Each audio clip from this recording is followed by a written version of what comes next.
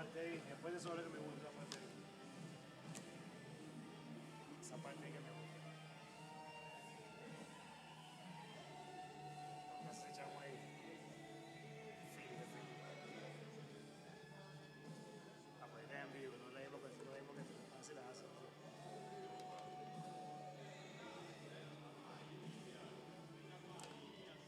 No la va a hacer la frase. No la va a hacer.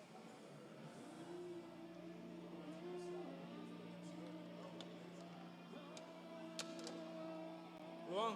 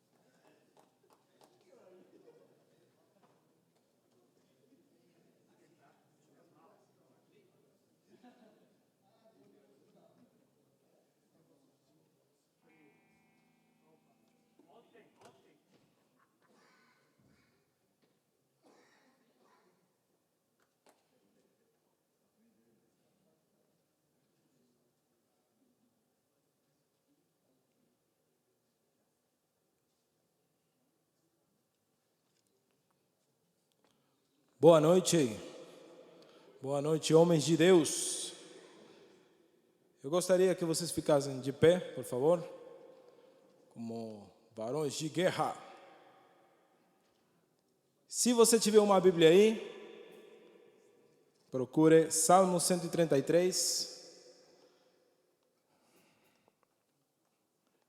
Somos muito gratos ao Senhor por estar aqui neste lugar, por poder fazer parte desse momento tão importante.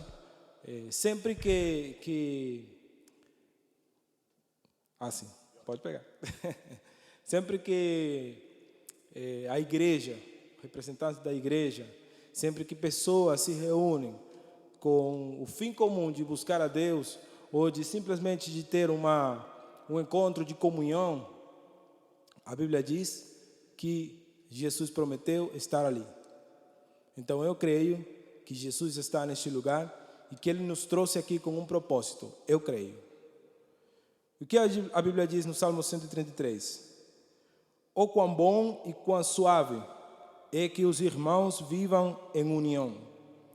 É como um óleo precioso sobre a cabeça, que desce sobre a barba de Arão, e que desce a orla das suas vestes, como o orvalho do Hermon, que desce sobre os montes de Sião, porque ali o Senhor ordena a bênção e a vida para sempre. Amém?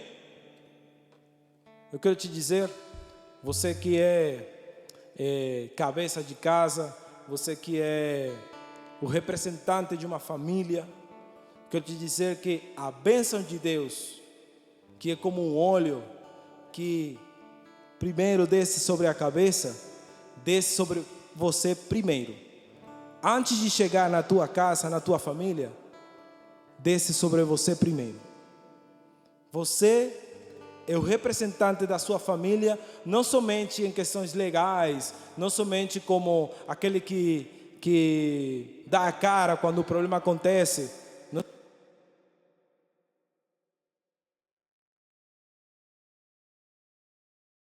Na tua família, você tem uma importância para Deus.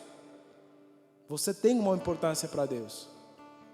E quando você se permite se conectar com Deus, acredite, a tua casa vai receber também da bênção que Deus determinou para você e para os seus. Você crê nisso? Você crê? De verdade? O fato de você estar aqui é muito importante. O seu posicionamento diante de Deus também determina o futuro da sua família. E aqueles que não estão casados, aqueles que não têm filhos, eu creio que ao redor de você tem pessoas olhando para você como uma referência. Eu creio que sim. Pessoas estão esperando ver em você um exemplo a seguir. Eu creio que é assim. Deus tem determinado que essa geração viva uma transformação. Eu sei que as coisas estão muito conturbadas, mas eu creio que Deus está levantando homens para fazer a diferença nesta geração, nesta sociedade. E eu creio que você faz parte desse mover, desse grupo de homens que Deus está levantando para isso. Você crê? Eu creio. Não sei se você crê para você, mas eu creio para mim. Eu creio isso. Nós podemos orar, levantar uma oração nesta noite? Pai, eu te agradeço por esse tempo. Muito obrigado, Senhor, porque eu creio, estou diante de homens que vão fazer a diferença nesta geração. Mesmo que vindo aqui não estejamos entendendo muito do que está acontecendo, mas eu creio, o Senhor está fazendo uma obra e o Senhor vai completá-la até o dia de Jesus Cristo. Eu creio, Senhor, que o Senhor está trazendo a tua bênção e a tua vida para sempre neste lugar. E creio, Senhor, que pela tua graça somos salvos, que pela tua graça podemos aceder a esses benefícios que o Senhor já determinou para nós nesse tempo.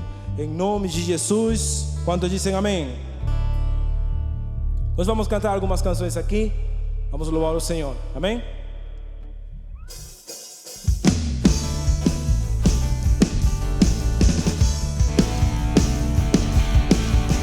Não é pelo que fiz, nem é pelo que sou. O nome disso é graça. Sou pela tua graça.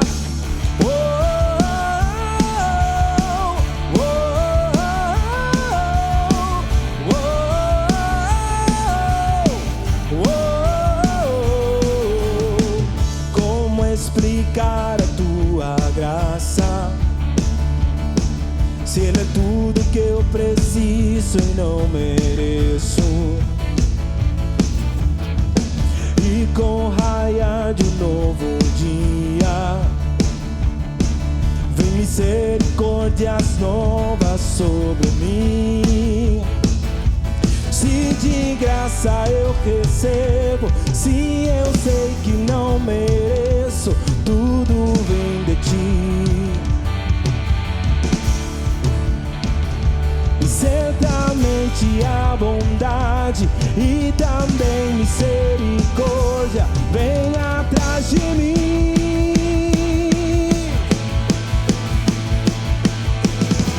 Não é pelo que fiz, nem é pelo que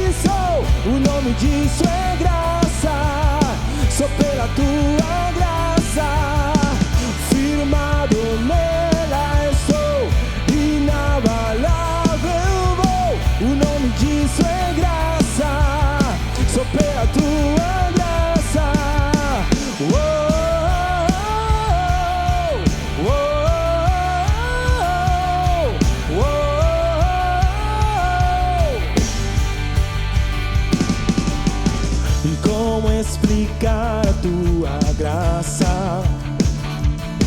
Se Ele é tudo que eu preciso e eu mereço. E com o raiar de novo dia, misericórdias novas sobre mim. Se de graça eu recebo, se eu sei que não mereço, tudo vem de ti. Certamente que a bondade e também misericórdia vem atrás de mim.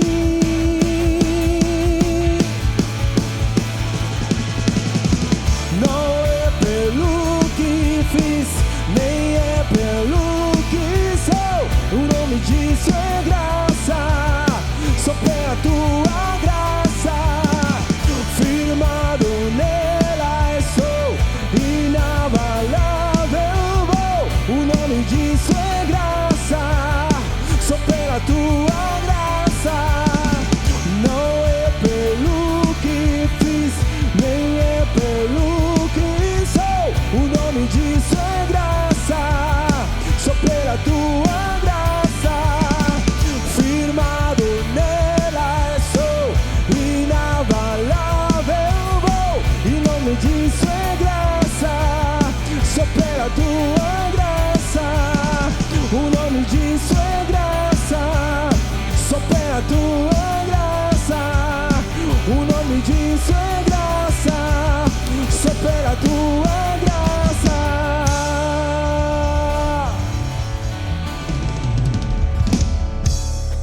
Amém.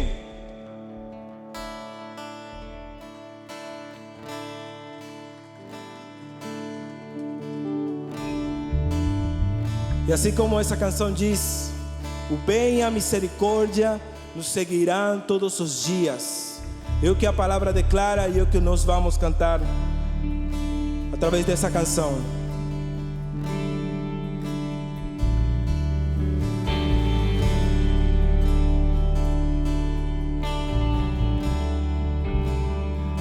Te amo, Deus, tua graça nunca falha. Todos os dias eu estou em tuas mãos.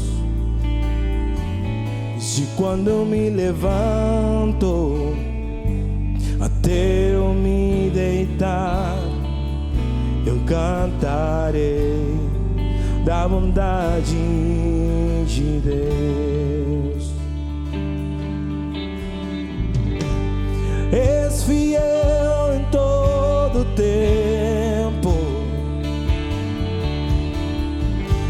e em todo tempo tu és tão bom. Com todo fôlego que tenho, eu cantarei da bondade de Deus. Tua doce voz que me guia meio fogo na escuridão. Tua presença me conforta. Eu sei que és meu Pai e o meu amigo és. Eu vivo da bondade de Deus. És fiel em todo tempo, e em todo tempo tu és tão bom. Com todo fôlego que tenho, eu cantarei da bondade de Deus. És fiel, és fiel.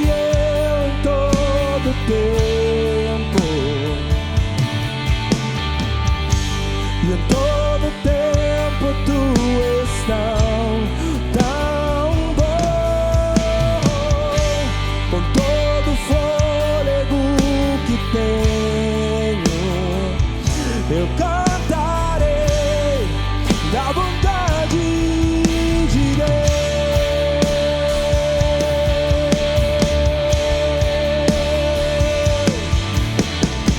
Tua bondade me seguirá,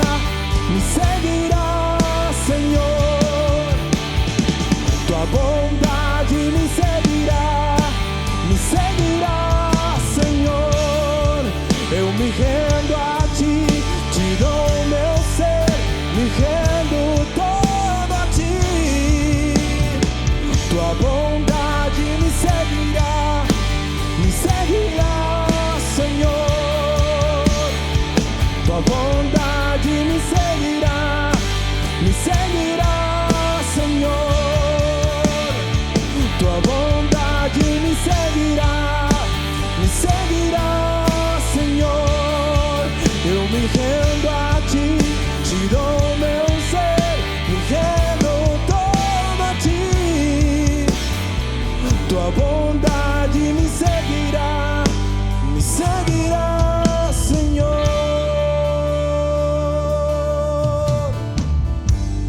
És fiel em todo tempo,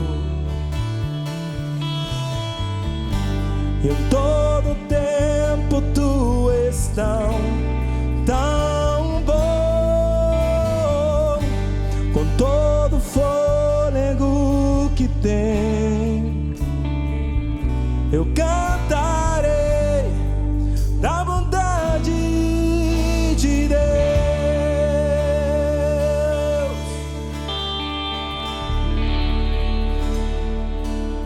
Sim, Senhor. Eu creio que a tua bondade nos seguirá todos os dias das nossas vidas, e as nossas gerações, Senhor, usufruirão da tua bênção. Em nome de Jesus, amém e amém.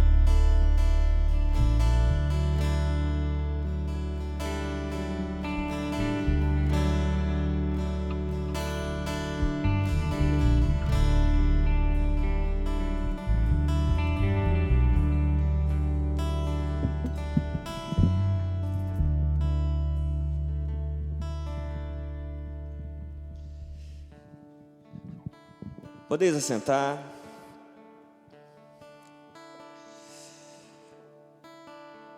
Muito bom, irmãos. Bênção demais estar aqui com vocês, poder conversar sobre o Evangelho, poder falar sobre famílias fortes, famílias edificadas no Senhor. Muito obrigado aí pelo convite, poder conhecer a igreja, poder conhecer vocês, somente num churrasco daqui a pouco. Bom demais. Vamos ler a palavra do Senhor. Quero convidar vocês a abrirem primeiro livro dos Reis, capítulo 2, para a gente conversar sobre homens que edificam famílias fortes. E o que é uma família forte, né?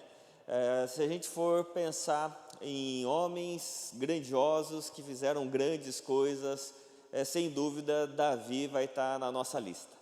Um homem que fez coisas extraordinárias, que Deus tinha um propósito para ele, e ele agora vai passar a sucessão do seu trono para o seu filho Salomão. Ele está nos últimos dias da sua vida, ele sabe que ele tem poucos dias, pouco tempo, e ele então vai dar as instruções mais importantes de um pai ao seu filho. Ele vai agora falar sobre o ensino resumido do que o seu filho precisava guardar para a vida. Eu creio que nós, como homens, como pais, muitos aqui, nós temos coisas muito importantes para ensinar para os nossos filhos, para que eles tenham famílias fortes. E aqui está resumido muita coisa do que nós entendemos como os ensinos principais para a gente edificar uma família forte. Primeiro livro dos Reis, capítulo 2, verso 1, vai dizer assim: aproximando-se os dias da morte de Davi, deu ele ordens a Salomão, seu filho, dizendo: eu vou pelo caminho de todos os mortais. Coragem, pois, e sê homem. Guarda os preceitos do Senhor teu Deus, para andares nos seus caminhos, para guardares os seus estatutos e os seus mandamentos e os seus juízos, e os seus testemunhos, como está escrito na lei de Moisés, para que prosperes em tudo quanto fizeres e por onde quer que fores, para que o Senhor confirme a palavra que falou de mim, dizendo: se teus filhos guardarem o seu caminho e para andarem perante a minha face fielmente de todo o seu coração e de toda a sua alma, nunca te faltará sucessor ao trono de Israel. Amém. Vamos orar? Pai Santo, Deus querido, muito obrigado pela Tua graça, pela Tua bênção, pela oportunidade da gente estar juntos aqui na EMEL Diadema para podermos conversar sobre família. Família, projeto do Senhor, por isso peço que o Teu Espírito esteja sobre nós, para que possamos compreender o Teu Evangelho, para que possamos compreender, ó Deus, o que o Senhor quer fazer em nós e através de nós. Nós pedimos em nome de Jesus, amém. Amém. Nós vivemos sempre na tensão de poder promover para os nossos filhos algo muito melhor do que nós tivemos. Quando a gente pensa eu estava conversando com os pastores, né, ali antes de subir, e a gente falando sobre as gerações que vieram, como é que foi. Opa, obrigado. As gerações que vieram, como que foram sendo edificadas. Então, é importante a gente compreender que a gente sempre tem duas opções quando a gente vai edificar as nossas famílias. Ou a gente constrói uma herança ou um legado. E a construção de uma herança ou de legado vai depender muito do que a gente entende com o que realmente é importante, o que a gente importa na vida. E muitas vezes as pessoas optam por construir heranças para os filhos, construir patrimônio, ter dinheiro, falar assim: você tem que estudar, ficar rico, e aí a ideia da educação, ela passa pela ideia da profissionalização, ela passa pela ideia da capacitação humana, ela passa pela ideia de você construir coisas nessa terra. Por outro lado, quando a gente pensa numa educação a partir das Escrituras Sagradas, a Escritura fala que a nossa sucessão, ela vai para além da herança, ela tem a ver com legado, ela tem a ver com não só com o que a gente constrói fora das pessoas, mas com aquilo que é construído dentro das pessoas, independentemente dos recursos. E aí, quando você lê o texto de 1º livro dos Reis, capítulo 2,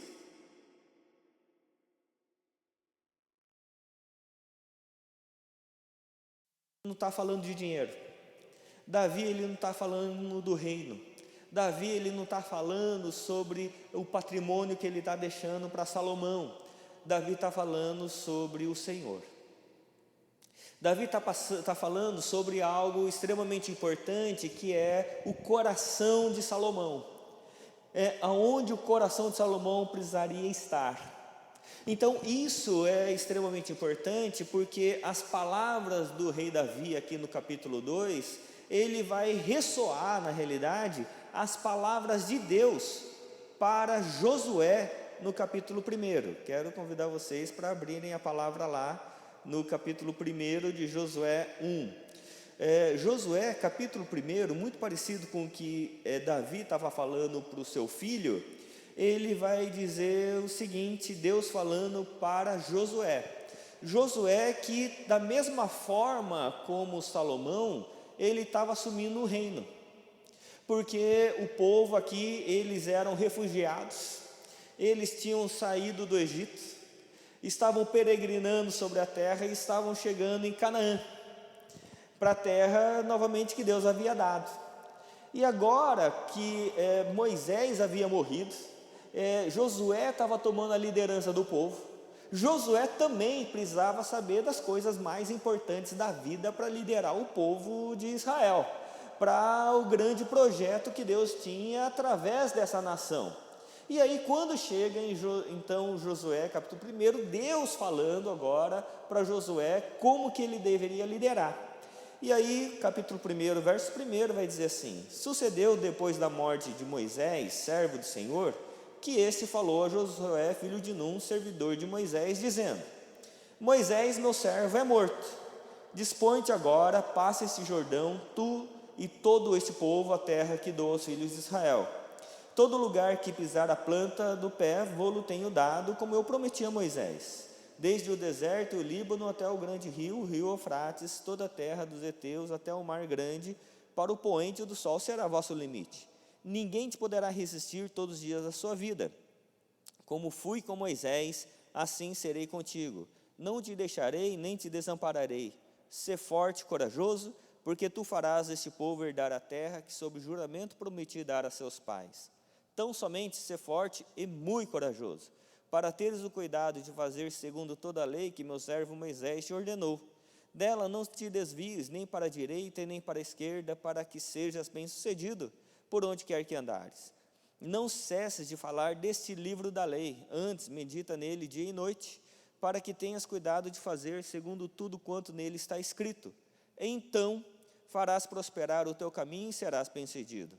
Não te mandei eu? Sê forte e corajoso, não temas nem te espantes, porque o Senhor teu Deus é contigo por onde quer que andares. Interessante essas palavras de Deus a Josué, porque da mesma forma como Davi estava falando a Salomão, Deus estava falando a Josué que a questão mais importante que ele precisaria ter para construir tudo aquilo que ele faria, era desenvolver princípios e valores. Princípios e valores claros, bem definidos, que tem a ver com legado e não somente com uma herança. Porque uma herança, um filho que recebe uma herança, talvez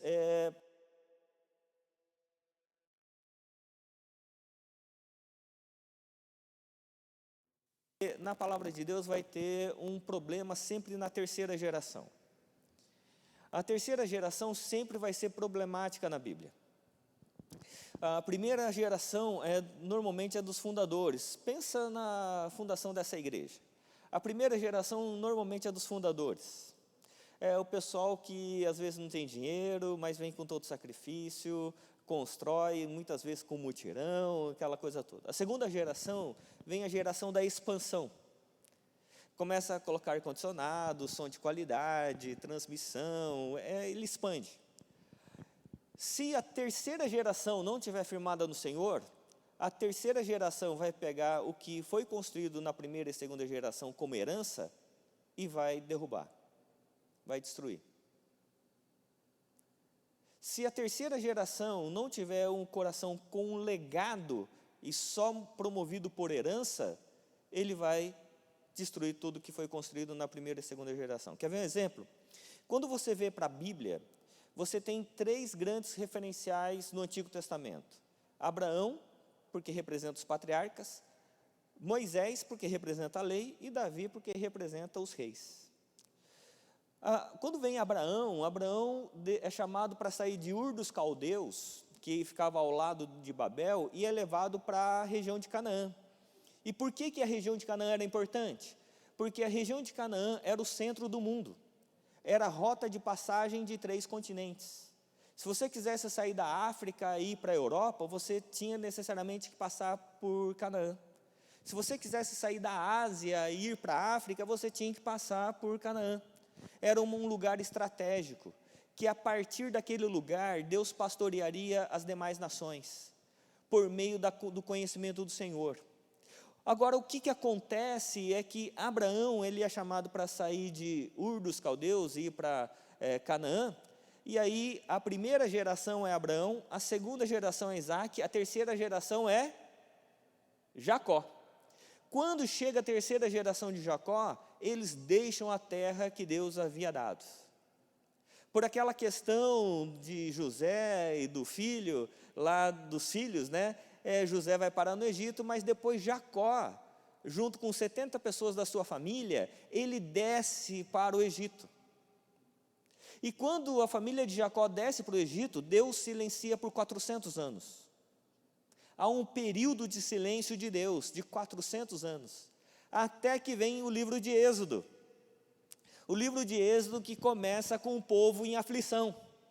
E aí quando o povo estava aflito, no capítulo 3º, verso 8º, Deus fala assim: eu ouvi a oração, então eu desci a fim de livrar o meu povo.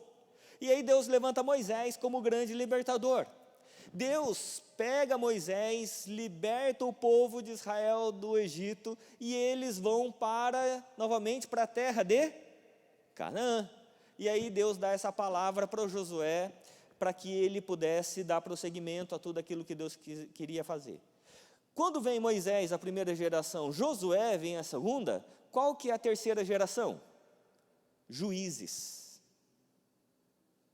Quando vem Juízes, o capítulo 1º, segundo, melhor dizendo, de Juízes, vai dizer assim, que levantou uma nova geração que não conhecia o Senhor, nem o que ele havia feito, e eles fizeram o que era mal diante do Senhor.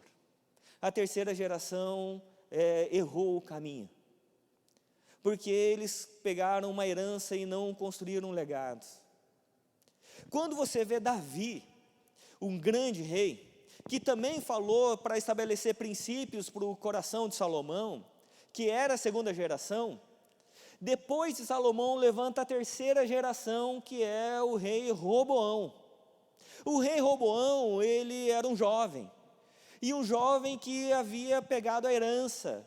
E quando Roboão, então, ele toma o reinado, ele, ao invés de ouvir os mais velhos, ele vai ouvir os mais novos, e os mais velhos diziam assim: olha, deixa eu falar uma coisa, seu pai, para construir tudo isso aqui, colocou um imposto muito caro, o povo está cansado, vamos diminuir um pouco o imposto.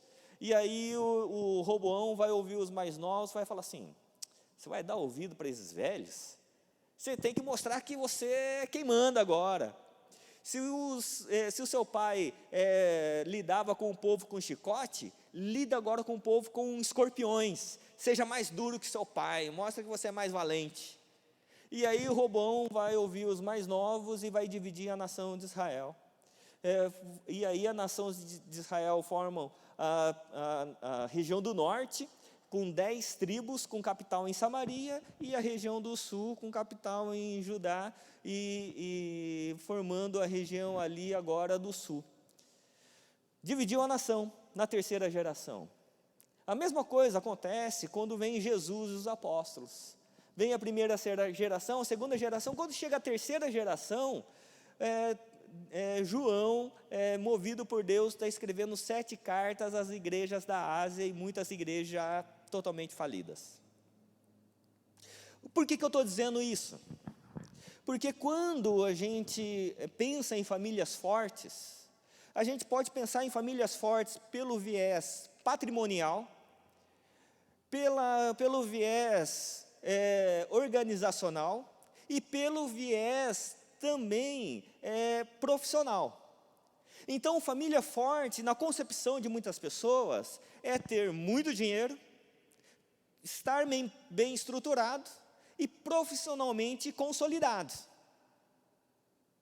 Se tiverem esses três alicerces, sua família está forte. A questão é que, no princípio bíblico, isso não é força. Isso é só herança. Herança que muitas vezes pode corromper o coração dos filhos, porque os filhos estão mais apoiados na herança do que no Senhor. É por isso que quando a gente fala sobre homens fortes,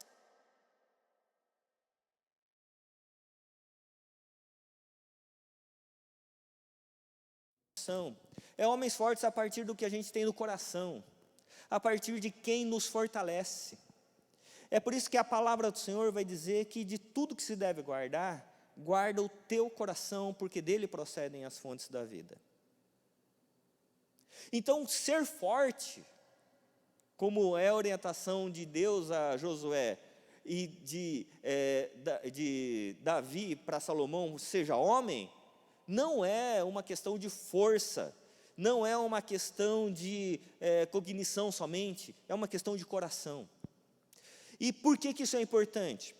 Porque muitas vezes, ao invés de nós vivermos o Evangelho submissos ao Espírito de Deus, a gente vive a religião submisso ao espírito da nossa época. Deixa eu falar sobre um termo aqui que a gente conversa na filosofia cristã, chamado Zeitgeist. Já ouviram falar sobre isso, não? Não? Então deixa eu falar sobre Zeitgeist. É um termo alemão para espírito da época. Cada época tem um espírito dominante. O espírito da nossa época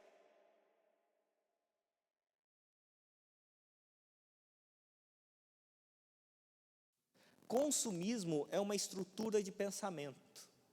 É uma estrutura de pensamento que vai analisar tudo pelo viés do custo-benefício. Quanto me custa e quanto benefício vai me trazer.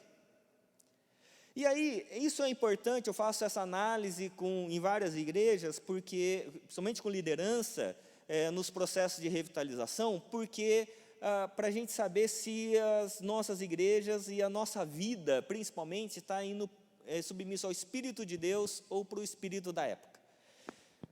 Deixa eu fazer um exercício mental aqui com vocês, de memória. Pensem nos avós de vocês, nos pais, nos avós. Possivelmente eles tinham menos dinheiro do que a gente, certo? Mas eles casavam mais cedo e tinham mais filhos. Quantos filhos seus avós tinham? Tinha gente que tinha mais de 10 filhos. Eles casavam muito mais cedo que a gente. Como é que eles casavam mais cedo, tinham mais filhos e tinham menos dinheiro? Porque hoje a gente tem um pensamento. Qual é o pensamento nosso hoje? Eu vou casar. Primeira coisa, quanto custa? Custa caro, hein? Casar custa caro. Aí o casal casa com toda a dificuldade, e aí hoje para casar a pessoa precisa ter formado, estar bem estabilizado, ter comprado apartamento, mobiliado e fazer uma baita de uma festa. A pessoa vai casar com mais de 30 anos para conseguir fazer isso. Se consegue. E aí, quando vai ter filho, a primeira coisa que pensa é, quanto custa? E alguns cálculos, para você criar um filho desde o nascimento até a formatura da graduação, o custo, um filho custa de classe média, que vai estudar em escola particular e ter plano de saúde, 2,5 milhões. Custa caro. E aí a pessoa fala assim, acho que eu não vou ter filho não. Eu acho que eu vou ter um cachorro. Um gato. Mas pet também está ficando caro. Não, eu vou ter uma samambaia. Eu converso com a samambaia, é bom que ela não dá trabalho, só colocar água lá de vez em quando. Por quê? Porque é uma estrutura de pensamento da nossa época, que a gente decide as coisas pelo custo e benefício. Quanto vai me custar? Casar é caro, hein? Tem que trazer alguns benefícios. Filho é caro. E às vezes só dá trabalho. Então eu não vou casar, eu vou viajar. Vou curtir a vida. Vou fazer um mochilão e vou trabalhar home office circulando o mundo. E muitas vezes a gente vê incentivos de palavras dentro da igreja, dizendo assim, olha, não tenha mais do que um filho não. Não tenha mais do que 2 filhos. Porque é caro ter filho. E aí a gente começa a fazer opções nas nossas vidas a partir da questão financeira e não a partir da questão do propósito. A gente começa a tomar decisões na nossa vida a partir da herança e não do legado. A gente começa a tomar decisões na nossa vida não a partir do Espírito de Deus, mas a partir do espírito da nossa época. E quando a gente toma essas decisões, a gente ensina isso para os nossos filhos. E aí, de repente, a gente cria os nossos filhos dizendo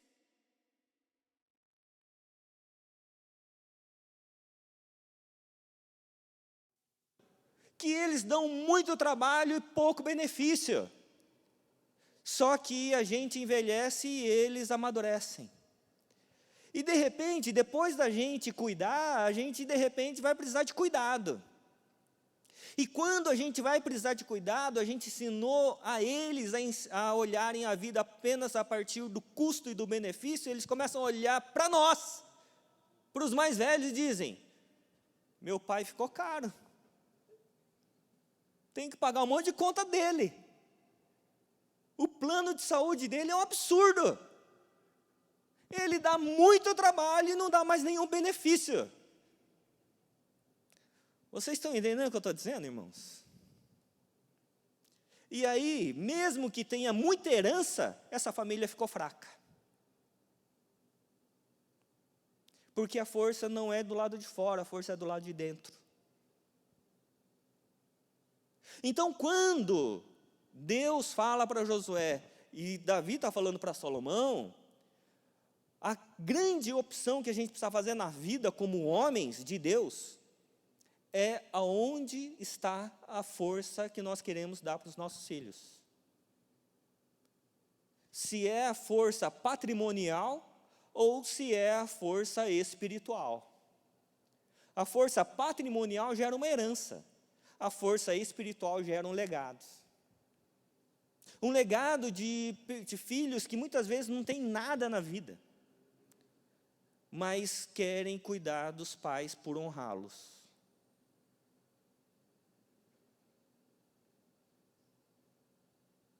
E aí isso é força. Deixa eu contar uma história aqui verídica. Do seu José, que não chamava José. A história verídica. Eu era pastor no interior de São Paulo, e eu fazia muitos atendimentos, aconselhamentos. E aí, de repente, um senhor ouviu falar dos meus atendimentos e me chamou para conversar. Não o conhecia, nunca tinha tido contato com ele. Ele ligou na secretaria da igreja, passou o endereço, eu fui lá. E fiquei surpreso, porque era uma casa, irmãos, nunca tinha entrado numa casa daquela. Eu primeiro cheguei no portão, você toca a campainha, né? Chegou uma pessoa, tipo um segurança, e falou assim: ó, você entra com o carro nessa ruinha aqui. E aí, sabe aquelas casas que você vai entrando, vem aquele jardim, tem um lago e uma casona assim, no fundo? Eu fui e falei assim: nossa, não sabia que tinha uma casa dessa aqui na cidade. Aí eu fui, entrei, veio um outro segurança, me levou para uma sala. Irmãos, uma sala, tinha umas 5 salas nessa sala. Aí eu vi um sofá branco, com um senhor sentado. Eles me levaram até lá, eu sentei naquele sofá, o sofá me abraçou. É um sofá que nunca tinha sentado na vida, que sofá gostoso aquele lá. Aí tinha o seu José sentado ao lado. Aí eu falei assim: prazer, seu José, como é que eu posso ajudá-lo? E aí ele falou assim: deixa eu contar uma história. E ele começou a contar a história dele. Ele era muito pobre, mas muito trabalhador. E ele começou trabalhando. E ele ouviu dizer que um bom investimento era comprar casa. E ele foi trabalhando, comprou uma casa, comprou a segunda.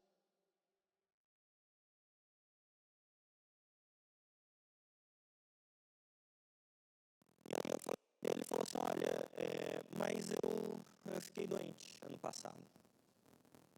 Fiquei muito doente e fui internado. E eu tenho 3 filhos. Quando eu fui internado, teve um momento que eu precisei fazer uma cirurgia de emergência. E que o plano não queria cobrir. E aí o hospital me chamou e falou, chamou minha esposa e os filhos, falou assim: olha, precisa dar um cheque calção aqui para a gente fazer a cirurgia de emergência. E aí um dos filhos perguntou assim: tá, mas qual a chance do meu pai sair vivo? E eles falaram assim: olha, é mínima, mas é a única. E aí o outro filho perguntou assim: mas e se a gente levar para o SUS? Aí o médico falou assim: olha, é uma possibilidade, mas vai demorar. Ele precisa fazer agora. Aí eles começaram a se discutir se era bom fazer a cirurgia agora ou não, por causa do custo. Porque a mente deles estava pensando no quê? No custo-benefício. Aí a mãe dá um tapa na mesa e falou assim: vocês estão doidos, meninos? Vai fazer cirurgia, pode fazer, eu pago. Seu José é operado e ele fica bom. Ele fica bom, passa um dia, passam 2 dias, os meninos não vêm visitá-lo, e aí ele pergunta: cadê os meninos? Não vieram até agora? Aí a esposa conta o que tinha acontecido. Falou assim: eles estão proibidos de vir. Aí isso deprimiu profundamente o seu José. E aí ele foi para casa. Quando ele foi para casa, ele, deprimido, me chamou para conversar. E aí ele fala assim: eu dediquei a minha vida toda para construir algo para os meus filhos. E agora os meus filhos só estão esperando eu morrer para dividir o que eu construí. Isso é uma história real. E a última frase do seu José que eu ouvi, ele falou assim: o que eu mais queria na vida era ter morrido naquele hospital e não ficar sabendo disso. Para toda a sociedade daquela cidade, aquela família era uma família forte. Mas para eles ali dentro, eles sabiam qual era a fraqueza deles. Que eles estavam muito focados na herança, na construção patrimonial e pouco focados verdadeiramente num legado. Então tem pais que não podem nem morrer em paz. Porque construíram e dedicaram muita coisa na vida. Tem um outro fator importante que a gente precisa entender, é que muitas vezes, a gente como pais, a gente quer dar o melhor para os nossos filhos. E é mesmo, a gente precisa dar o melhor para os nossos filhos. Mas a gente entende que dar o melhor para os nossos filhos é preservá-los de toda a dificuldade. E tem muito filho que pega leve na vida, porque os pais pegam pesado. Tem muitos filhos que hoje, e quando eu falo da nova geração, eu conheço bastante, porque na igreja que eu pastorei, eu trabalho com a nova geração, e na faculdade que eu sou diretor, também trabalho só com nova geração. Tem muitos jovens cristãos que pegam muito leve na vida, porque os pais sempre pegaram pesado e preservaram os filhos de qualquer dificuldade.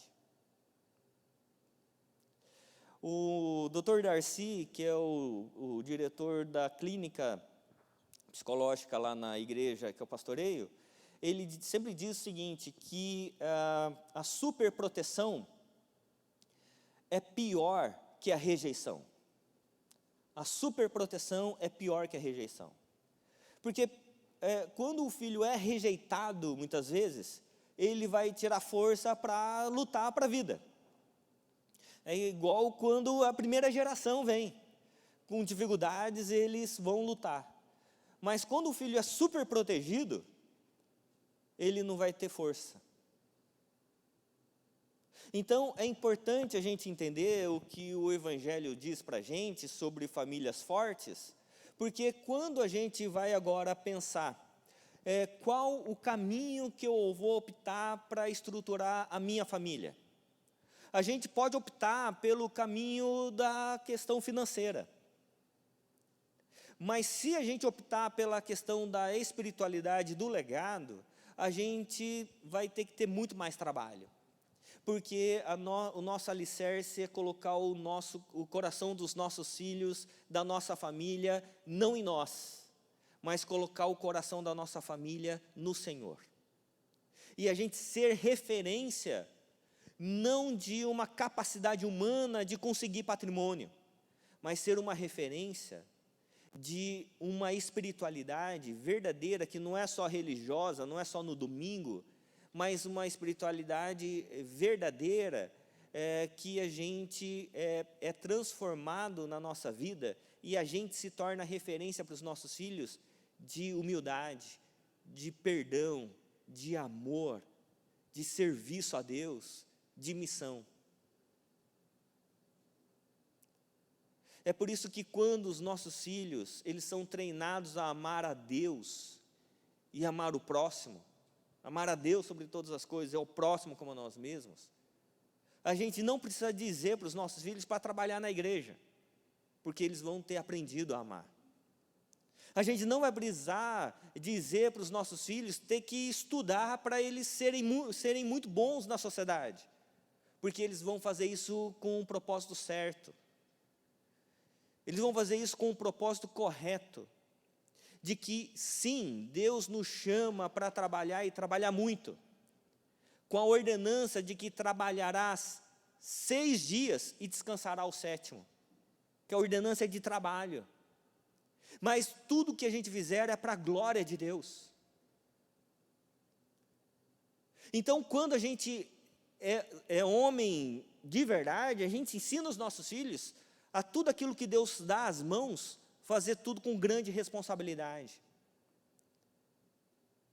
De que o trabalho, o estudo do cristão tem que ser excelente, não pode ser mais ou menos. Então, o propósito do legado é a glória de Deus. A consequência é ganhar dinheiro. A consequência é ganhar dinheiro, não é a causa principal. É por isso que quando a gente entende isso, a gente entende que o Evangelho de Jesus Cristo é amar a Deus e glorificá-lo sempre, fazendo com excelência tudo aquilo que nós precisamos fazer. E ao fazer isso, nós fazemos tudo para que o Senhor seja exaltado. A consequência é que Deus vai prover todas as coisas para nós. É por isso que tem muitas pessoas, vou usar um termo aqui, bíblico, que prostituem o seu dom. Quando a Bíblia fala sobre prostituição, ele não está falando só sobre sexualidade. Ele está falando sobre desvirtuamento de propósito. Quando a Bíblia fala que a nação de Israel se prostituiu, trocando o Deus verdadeiro pelos falsos deuses, não está falando sobre sexualidade, está falando sobre desvirtuamento de propósito, que eles colocaram os falsos deuses no lugar do Deus verdadeiro. Então, quando no propósito da nossa vida, a gente coloca a herança humana, patrimonial, no lugar do Deus verdadeiro, a gente está prostituindo o dom que Deus deu, os talentos e as capacidades que Deus nos deu.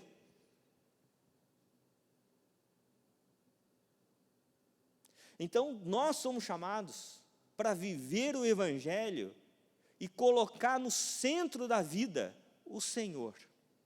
Porque de tudo que a gente deve guardar, nós devemos guardar o nosso coração, porque dele procedem as fontes da vida. E assim ensinar os nossos filhos a serem fortes a partir daquilo que Deus quer fazer na vida deles. E através da vida deles. Não só aquilo que eles vão ter, mas principalmente aquilo que eles vão ser no Senhor. Amém, irmãos? Por isso é muito importante a gente refletir e entender essas questões, para que a gente possa olhar para as nossas famílias e dizer: minha família está forte. Ela está forte não na minha força, porque minha força comparada com o Senhor não é nada. Ela está forte porque ela está firmada verdadeiramente sobre a rocha. Ela está firmada no Senhor. E eu posso morrer em paz. Posso morrer em paz. Posso morrer hoje. Porque meus filhos estão, minha família está firmada no Senhor. Então, que a gente possa estruturar as nossas casas, a nossa igreja, a nossa vida, na força do Senhor. Para que, de fato, a gente possa ver a segunda geração, a terceira geração, a quarta geração, desenvolvendo o reino de Deus para a manifestação da glória dele. Amém, irmãos? Que Deus nos dê essa graça, que Deus, de fato, mova os nossos corações, para que o centro da nossa casa, das nossas conversas, não seja mais sobre dinheiro, mas seja sobre o amor. E ao invés da gente dizer para os nossos filhos que eles dão muito trabalho e eles custam caro, a gente possa dizer que os nossos filhos são bênção e nós os amamos. Porque se nós treinarmos os nossos filhos dizendo que eles são bênção e que nós os amamos, nós não vamos precisar pedir para eles nos honrar. Porque eles vão olhar para nós e dizer: meus pais são bênção e eu os amo. Não importa que custa caro. Não importa que dê problema. Eu os amo. Vou cuidar deles. Eu vou estar com eles. Porque eles estiveram comigo. E que a gente possa desenvolver esse relacionamento verdadeiramente cristão, de amor e cuidado. Vamos nos colocar em pé, vamos orar. Pai, muito obrigado, Senhor. Obrigado porque a Tua palavra nos ensina a sermos verdadeiramente homens, a sermos verdadeiramente cristãos, a sermos verdadeiros servos do Senhor, a estruturar a nossa vida não na nossa capacidade, mas estruturar as nossas vidas na força do Senhor. Que o Senhor nos ajude, que o Senhor, ó Deus, mova os nossos corações. Ó Deus, o Senhor conhece a vida de cada homem que está aqui nesta noite. O Senhor sabe qual é o centro, o Senhor sabe o que está no trono, ó Pai, do coração deles. Ó Deus, que o Senhor, ó Pai, seja sempre o centro. Que o Senhor reine, esteja no trono de cada um de nós. Para que possamos, ó Deus, dedicar a vida ao Teu propósito. E à medida que a gente ame o Senhor, a gente possa manifestar o nosso amor a Ti, amando pessoas. Amando os nossos filhos, amando, ó Deus, nossa esposa, amando, ó Deus, as pessoas que nos cercam. E assim, ó Deus, possamos desenvolver um legado de amor, um legado de cuidado. Que possamos treinar, ó Deus, a nossa família, ó Deus, não somente nas competências humanas, mas possamos treinar a nossa família na espiritualidade verdadeira. E assim, ó Pai, que o Teu nome seja bendito e glorificado. Que o Senhor continue agindo poderosamente nesta igreja e através de cada família. É o que nós pedimos, gratos, em nome de Jesus. Amém.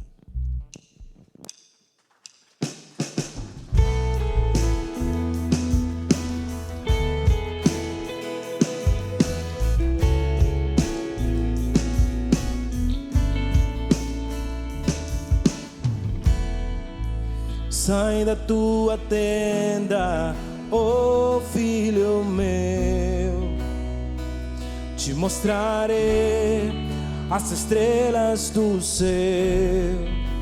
Sai da tua tenda, ó filho meu, te mostrarei a areia do mar. Será que podes contar?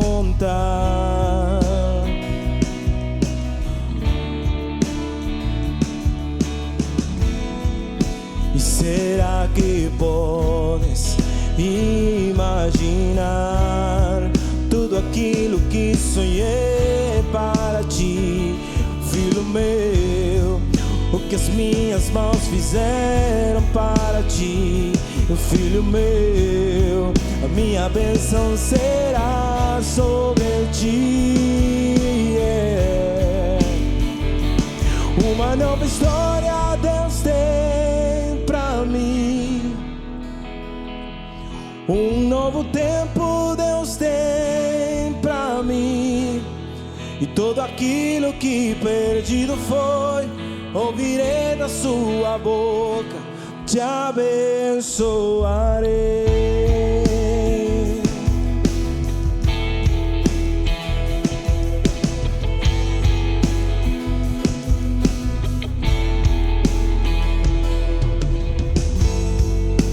sai da tua tenda, oh filho meu. Te mostrarei as estrelas do céu. Sai da tua tenda, oh filho meu. Te mostrarei a areia do mar. E será que podes contar?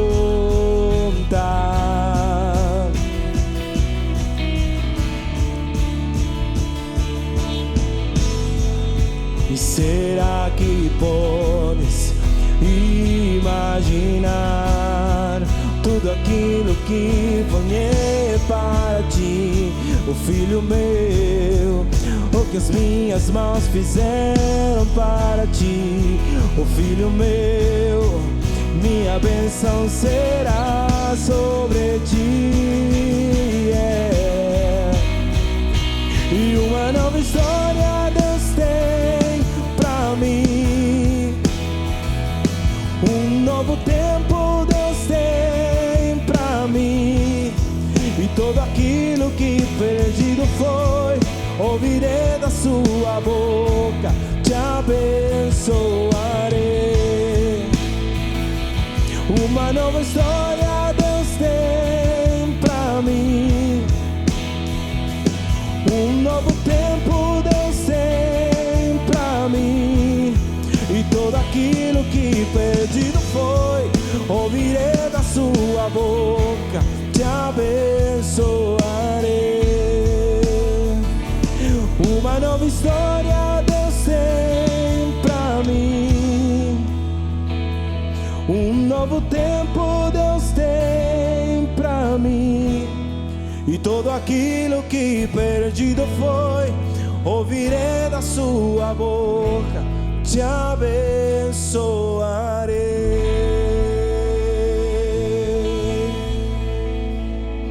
Amém. O Senhor tem uma nova história para nós. Queria chamar o pastor Moon para fazer uma oração por nós.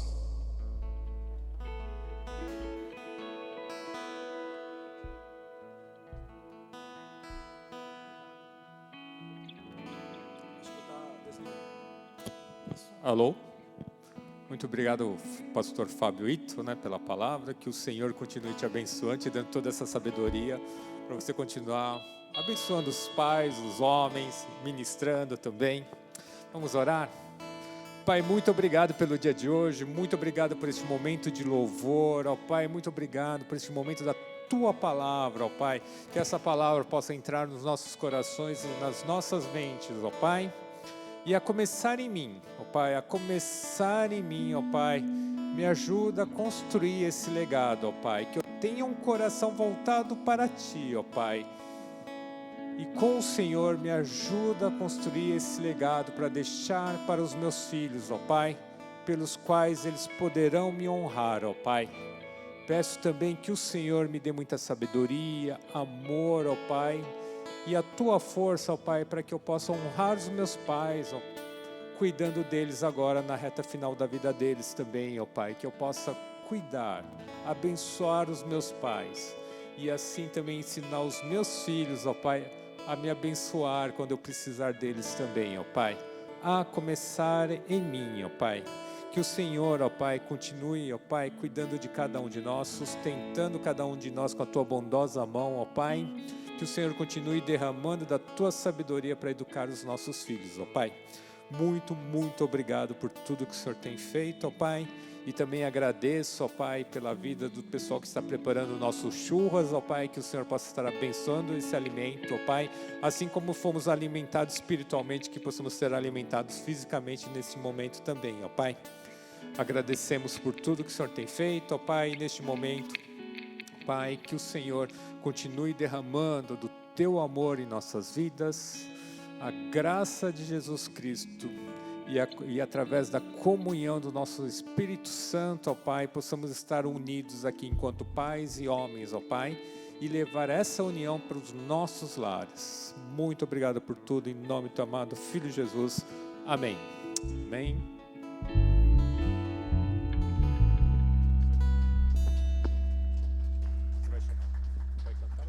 Chamar, né? É para chamar os homens para cá, né? Para a gente tirar uma pra foto, foto, é isso? isso. É. Se puderem vir, ficar aqui na frente, aqui no. A gente gostaria de tirar uma foto, né? Vamos fazer essa foto.